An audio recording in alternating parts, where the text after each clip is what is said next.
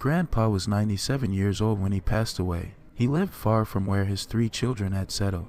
Grandma died when I was a small child, and he ended up remarrying another woman a few years later who demanded that he move out west so that she could be nearer to her sons. She was a piece of work, was Grandma Hester. We all wondered how Grandpa could stand her. It turns out that perhaps he could not. We're not precisely sure when he developed dementia, but it was probably years before we noticed it. He'd tell us about people he was speaking to or visiting with, or a trip he took. Years later, after we learned he was suffering from dementia, we learned that conversation, that visit or that trip never actually happened. For all we really know, any story he told us from the last decade and a half leading up to his coming back east could be a false memory. We would have no way of knowing. Hester rarely communicated with us herself. Probably our first clue that Grandpa wasn't himself anymore happened a few weeks after he came back east to live with my parents. Most of the family had settled in one area. My wife and I lived in the south end of our city, as did one set of cousins, but my father and his 2 sisters all lived in the north, within driving distance of each other. A few of my aunt's children had moved out of town, and my brother had as well, but there were still enough of us around that Grandpa could visit with.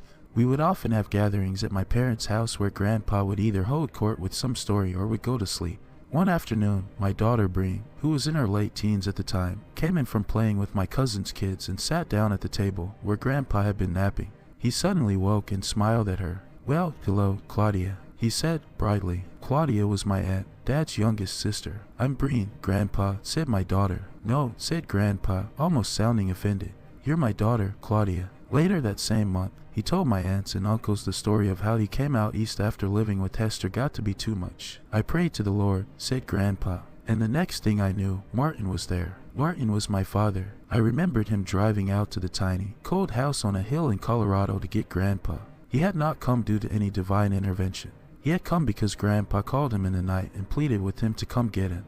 We all loved Grandpa, but caring for him was not easy. For one thing, Grandpa had gotten it into his head that he was a young, single man with many years ahead of him, and the only thing missing was a young woman at his side. If he spoke for any length of time with a younger woman, he became convinced that she was in love with him, and that perhaps she should be his new bride. Hester was even still alive at this point. He had forgotten her utterly. The women he made advances on included my mother, 2 of my cousins, and my own wife. Thankfully, he couldn't do much more than talk, so it was just a matter of politely changing the subject whenever he would start with that. But it got worse when he decided he could do things like take walks on his own or try to drive my father's car. Dad and Mom didn't let him go on walks by himself, but that didn't mean he didn't sneak away sometimes when Dad was away and Mom was in the basement.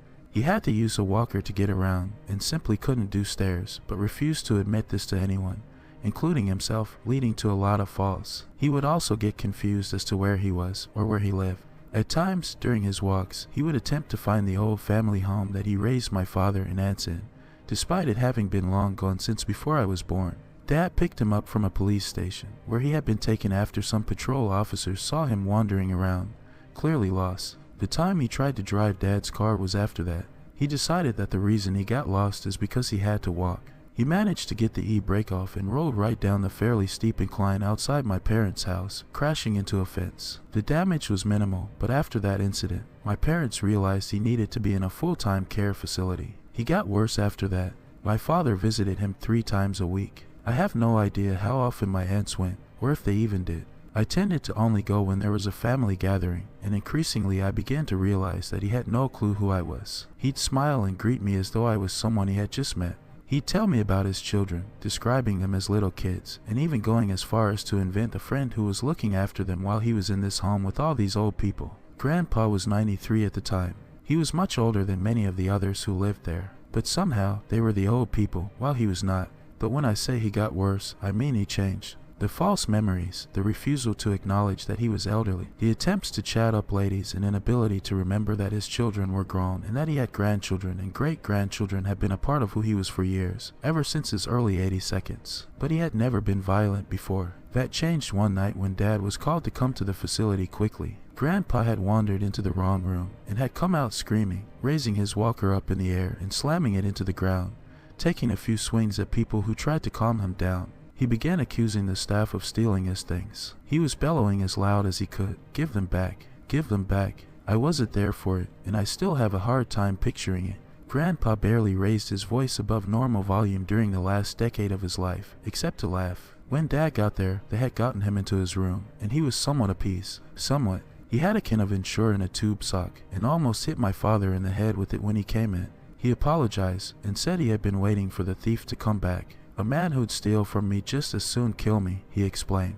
The Ensure in a sock was his weapon to fend off the thief. He told Dad about the men who had come to give him all his things back. They put it all back, just like it was, he said. Didn't take him long. Later that night, he told Dad about how much it had scared Florence. He hated that she'd had to go through that. Florence was my grandmother, the one who died when I was 6. He finished by saying that Florence had gone somewhere, and when he went looking for her, they told me she was dead. One day, they're gonna come looking for me, and they're gonna find me dead. That was a jolt to my father. Grandpa had never, at any point before that, acknowledged his mortality, his advanced age, or the fact that he had probably no more than a handful of years left at best. Aging and death was something that happened to other people, but here he was, accepting that death was near. That wasn't the last night he mentioned the thief. He even gave the thief a name, Charlie Rosen. It was strange that he would invent a whole person, name included. He didn't even name the friend who was looking after his kids. In fact, that person ceased to exist. Charlie Rosen had stolen his kids, had killed Florence, had come to his home in Colorado and routinely taunted him, beat him, and he even declared that Hester had been sleeping with him. He remembered her now and was certain that she and Charlie were ganging up on him to make his life a living hell. In the last 6 months of his life, he would become increasingly agitated.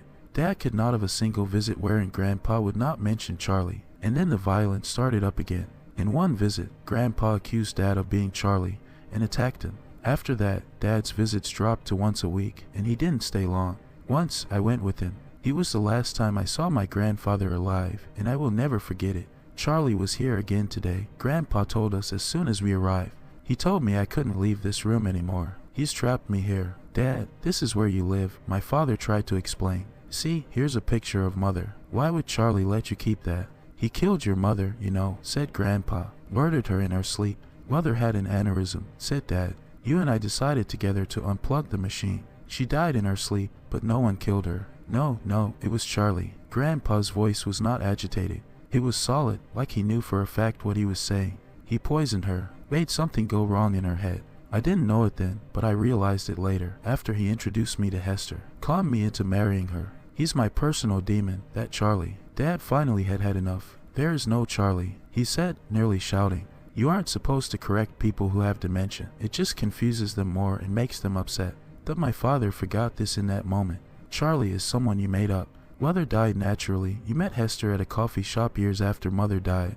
And while she was not a nice woman, she was not unfaithful to you. Please, stop talking about Charlie. Dear Lord in heaven, said Grandpa. He got to you. He told you to say these things. You're part of it too. Oh, Grandpa, I said. Why don't we start a game of checkers? Usually he loved checkers. I don't want to play any fucking checkers, screamed Grandpa. I couldn't have been more surprised if he'd hit me. Grandpa had never used profanity in his life. My words, as he called them, were only used by bad men, as far as he was concerned. Not with you, not with him. Charlie Rosen's pet demons. He comes to me every day. He talks to me about Florence. He taunts me. He reads my mind and he takes thoughts away and puts in new ones, worse ones. He tells me about how he rapes my little ones, how he and Hester keep them half-starved and chained in their basement. I can't stop him. He can go inside my mind. He's controlling me. We left after that, without saying goodbye. Driving home, I almost wanted to cry. This kind, loving man was ending his days as a raving, violent lunatic. It wasn't right. It wasn't fair. What kind of monster was this Charlie? That thought stopped me cold. For an instant, I had accepted that Charlie was real. Giving my head a shake, I resolved to think about something else. But an image of Charlie had been forming in my mind, beginning a few months back, when Grandpa had first started talking about him.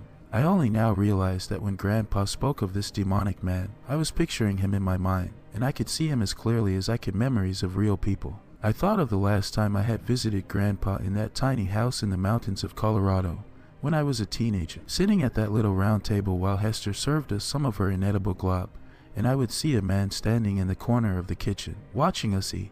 A tall, gangly man with leathery skin stretched over sharp-looking bone and corded muscle, shaggy gray hair hanging down, obscuring the upper part of his face, his smile stretching like a knife slash across his jaw. I thought of the wedding. I was 12 years old. I met Hester for the first time, and standing a ways behind her was that same man. I remember a family gathering at the facility Grandpa was concurrently staying at. Didn't we pass that man in the hall once? No, of course not. These were just images my mind had cooked up the more Grandpa talked about this shady character that never existed. The brain can do that, insert false people in your memory just because you decide, subconsciously, to remember them. It doesn't mean you're insane, it's just another way for your brain to play tricks on you. Grandpa had invented a person who he talked about with such conviction, as though Charlie was real. So my mind had conjured up a Charlie Rosen. But there is no Charlie Rosen. Grandpa died 2 months later. I remember the funeral like it was yesterday. I still wake up at night in a cold sweat, remembering. Everything was normal at the start.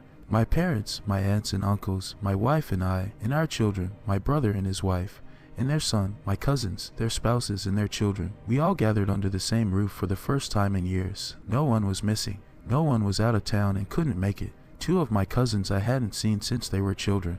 It was nice to catch up with them. The service was nice as well. The pastor who served the spiritual needs at Grandpa's facility was the officiator. Grandpa looked calm and peaceful. Oh, so unlike what he had been in the last few months of life. I started to feel calm myself. Grandpa was where he belonged now, where the devils of his own fever, decaying brain couldn't get to him anymore. And then we drove to the cemetery. The coffin was lowered. We all sprinkled a handful of dirt on the coffin and began our walk back to the cars. And then the gravedigger came out of the shadows to start shoveling the rest of the dirt. I could barely read the embroidered name tag on his coveralls. It looked like C. Rose or C. Risen. Or, no, it couldn't be. He was tall, gangly, with leathery skin, sharp-looking bones, corded muscle, long gray hair, and that smile that haunts my nightmares to this day. I watched as this phantom dumped shovelful after shovelful of dirt on my grandfather's coffin. He was laughing, softly, under his breath, but I have never heard such cruel laughter. Today, I felt like I had to write all this down, to make sure I remember it all, before things get worse. Because today, my father called me to complain that Charlie was driving past his house and staring in his windows.